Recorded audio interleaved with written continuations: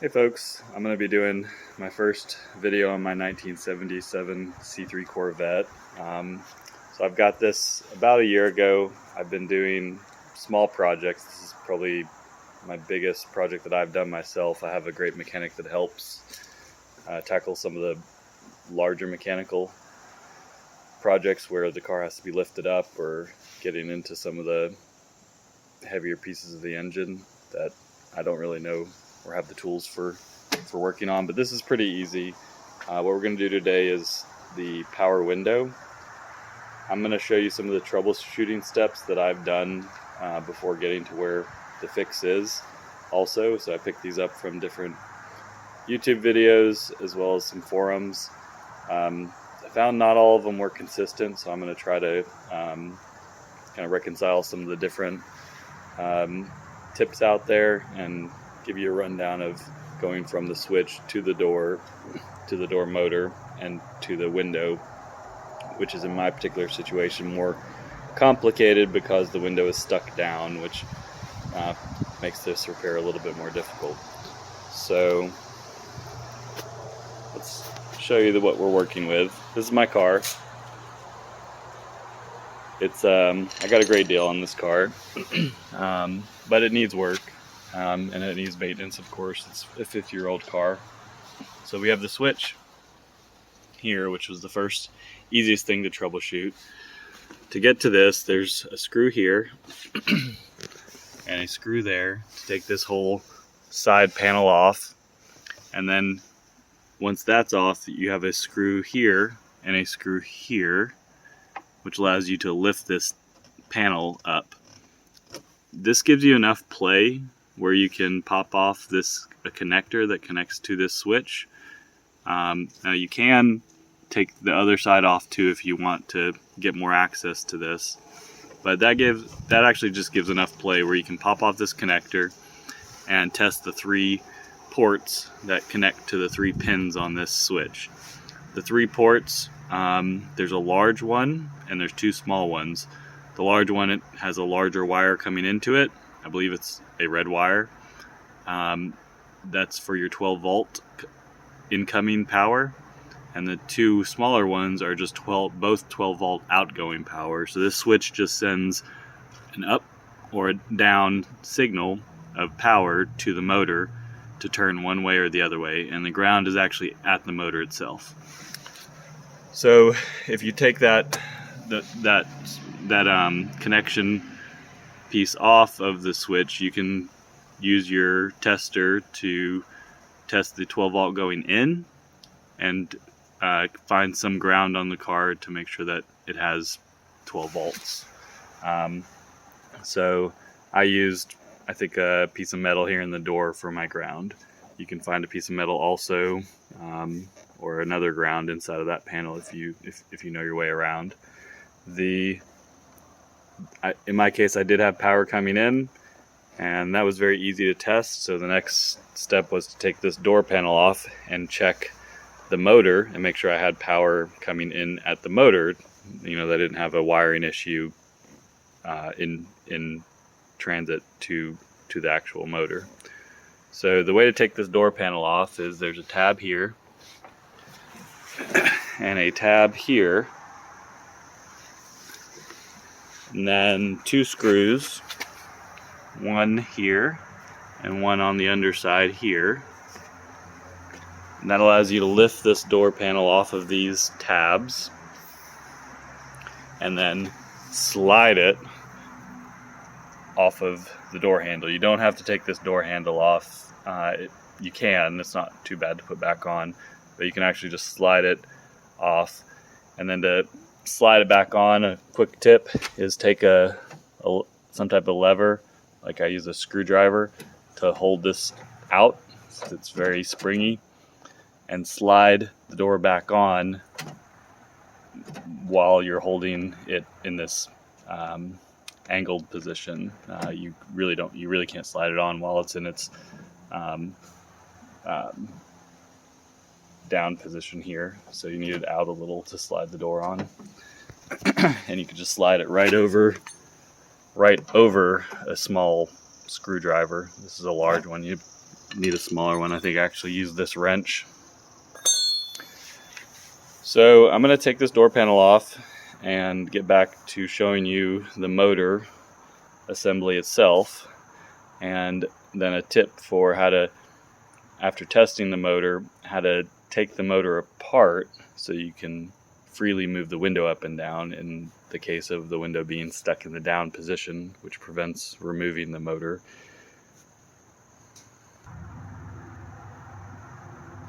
Alright, we're back.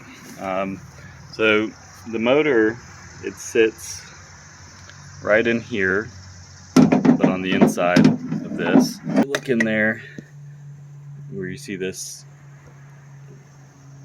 part of the window regulator. That's where the motor, this round part of the motor, is going to seat. And it's on these 3 bolts, those 3 larger holes on the perimeter of that. It fits these 3 holes right here. So that is sitting in there. The motor is inside of this housing, and there's a set of gears, which I'll show you on the old one, right here, that the motor turns to move these levers to lift the window up and down. And the window moves pretty freely. Give me 1 second, I have a screwdriver stuck in there.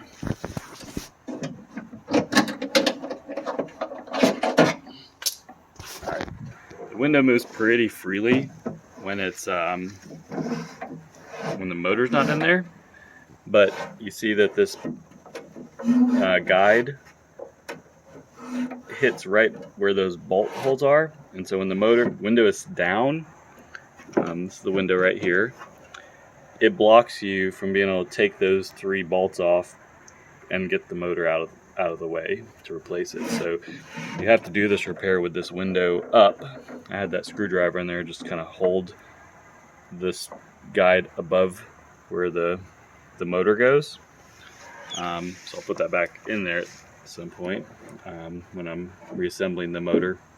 But the motor, it plugs in, power comes in, those 2 positives, forward or backwards, are connected here to the motor through this pin. So you can test the power coming in by putting one of your leads on one side and then grounding it to the door, and then turning the switch one direction and checking if you have power. Turn the switch in the other direction, connecting to the other lead on here, and seeing if you have power in the other direction. So in my case, I had power coming in, so it's nothing with the wiring. I heard that this right here, where all the wires come through, is just one thing to check if that's broken up. There's a chance you could have a short or a connection issue right here. Everything else is pretty static, so you're not going to have as many wiring issues outside of this location. Of course, you can always have a corrosion issue, but this is where you would troubleshoot if you did have loss of power going to the switch, but loss of power coming to the door, into the motor. So yeah, to get this motor off while the window is stuck down, that is a pain. But I found on a forum with some pictures and a text description how to do that, and it's really not too bad. So these gears, you can rotate them by hand, but they're pretty difficult, and it locks that window up. So the way to do that is you take the housing, this housing right here, I'll show you it on the fully assembled motor. You take that off with these 3 bolts, one here, here, and here. That allows you to slip this housing off of the of where the gears are, and exposes the motor. And then you can just unscrew this motor. So it's kind of threaded in with screws, so you can unscrew it and then pop it out, so like that, and just take it out. Once this is out, this allows you to lift the it gives you more play with those gears and allows you to lift the window out of the way. You may be able to lift the window out of the way with enough force, but I did not try that. I took the motor apart so that there's just less leverage working against me to be able to lift this window out of the way so I can get to these 3 bolts and take this entire piece off. Another thing to note is it was still very tight to fully pop this part of the motor off. So I loosened these 2 bolts, which appear to connect this whole part of the regulator, just so that I could get enough play to give it just a little bit of, push back. Really just a few millimeters, so I could pop this out of this tight space, like from being in there to out here. So to reassemble this, this is the new motor. It's going to go in like this. It did not come with this gear, which just fell out of the old motor housing, gear housing. So that's going to go in here. I guess I need to get some grease. I've got that over on the wall, and probably re-grease all of this. You can see this old housing had, pretty not, it was greased well, and this does not come greased. So I'm going to clean up this old grease, put some new grease in here, assemble this, and then there's this tab, which goes like it goes like this, with I think this hook piece up. That goes on the back side, if I recall, here, like that. And when we get this all put together and popped back in there, then we will put these, I think these are 11 millimeter bolts, back in, and they go in from the back side. So again, this window slider needs to be up and out of the way so that you have enough room to put these bolts in, to bolt this through this regulator arm back into the motor housing for where these gears sit. Once that's all put back in place, we'll plug the power back in and test if we have a working window again. So I don't have a great setup, so I'm going to do that off camera. It's going to be more a bit of a struggle, I'm sure, with this tight space, getting these pieces back fitted all the way they need to be. But I'll be back when I get to that point. I might actually put the camera back on if I get to certain milestones to kind of let you know what worked well or what didn't. Alright, we're back. Motor's in. The power's connected. The car's on to give it a little bit of extra power. Let's see if I can show you this. So that's the way it's mounted. We've got the center hole over that center pin of the gear. Got a bolt there. bolt there, and then a very far bolt, and that tab's facing up. It's very important to get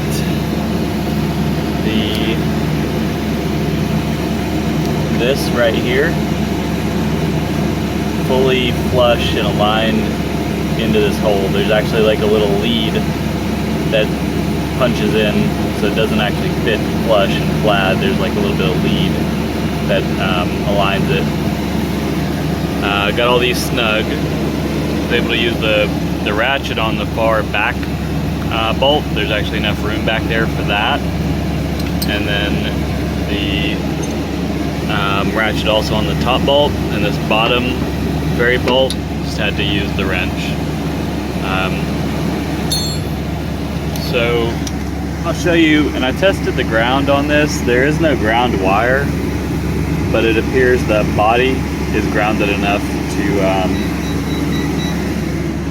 to give it power. It's possible it could need a better ground, but it was pulling 14 volts. Now it goes down great, but it goes up very weak. That could be the motor.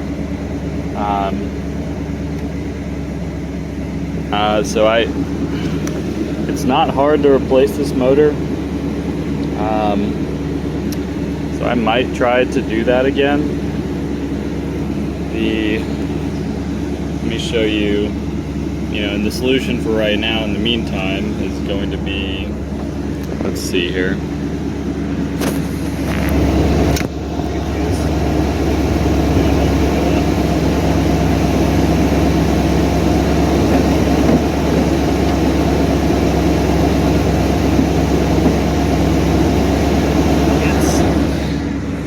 Helping to go up by hand, which is, I do remember on the old motor I had to do that as it got closer to the top of the like the last maybe half an inch. I needed to give it a little bit of a push to help it finish.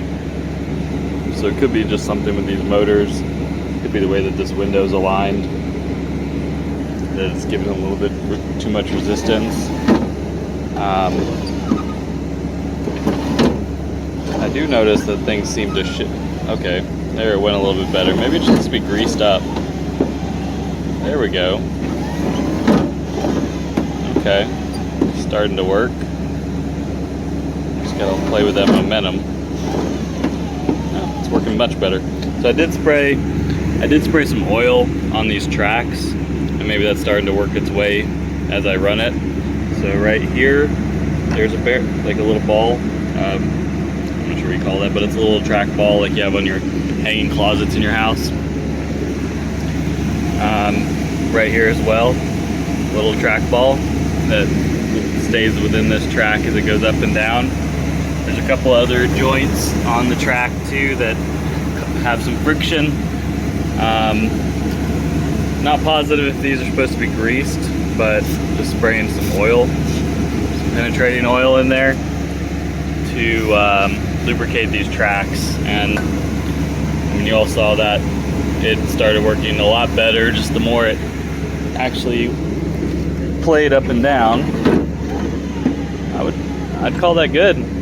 I was worried a little bit. So we're gonna put the door back on. I'm probably gonna leave it off for a little bit, see if there's anywhere else I can lubricate on these tracks.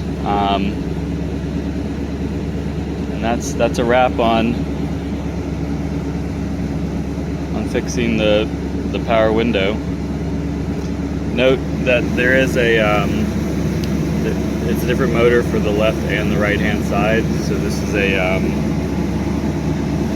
is the driver's side window. I did notice, I don't know if this has anything to do with it, but I did notice on this old motor it had an R here, which I guess would be right hand facing, toward the car, right there. There is a part number for the motor, and it's pretty easy to figure out which one's the driver's side when you look at the reviews. This particular